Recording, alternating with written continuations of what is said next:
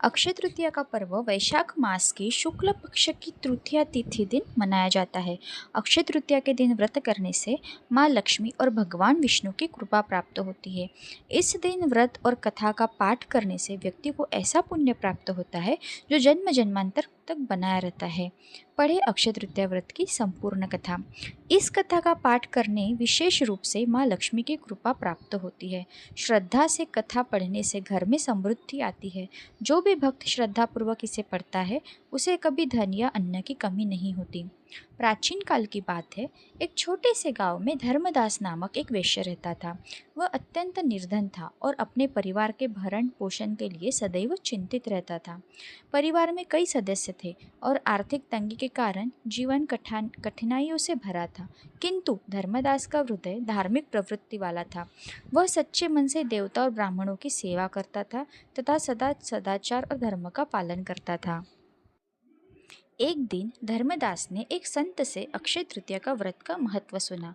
संत ने बताया कि इस दिन पूजा, व्रत और दान का फल अक्षय होता है, यानी अविनाशी होता है। यह सुनकर धर्मदास ने निश्चय किया कि वह इस पावन पर्व को विधिपूर्वक मनाएगा।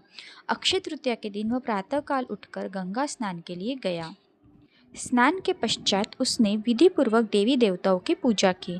फिर अपनी सामर्थ्य अनुसार जल से भरे घड़े, पंखे, जौ, सत्तू, चावल, नमक, गेहूँ, गुड़, घी, दही, सोना और वस्त्र आदि सामग्री एकत्रित कर ब्राह्मणों को अर्पित कर दी।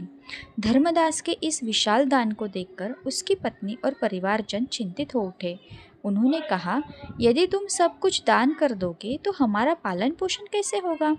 परंतु धर्मदास ने आत्मविश्वास से कहा, जो भगवान को समर्पित किया जाता है वह व्यर्थ नहीं जाता। यह पुण्य मेरे और मेरे परिवार के लिए अक्षय फल देगा। धर्मदास ने हर वर्ष तृतीया के दिन इस श्रद्धा और समर्पण से व्रत, पूजन और दान किया। वृद्धावस्था और कई रोगों से पीड़ित होने के बाद भी उसने व्रत और दान का क्रम नहीं छोड़ा।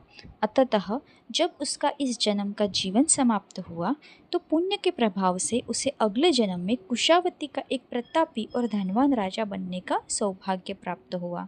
कहा जाता है कि वह राजा इतना धर्मात्मा और दानशील था कि त्रिदेव भी ब्राह्मण का रूप धारण कर उसके यज्ञ में भाग लेने आते थे। उसके वैभव और यश का डंका दूर दूर तक बजता था, किंतु फिर भी उसने अहंकार कभी नहीं किया। वह राजा आगे चलकर भारत के महान सम्राट चंद्रगुप्त मौर्य के रूप में जन्मा।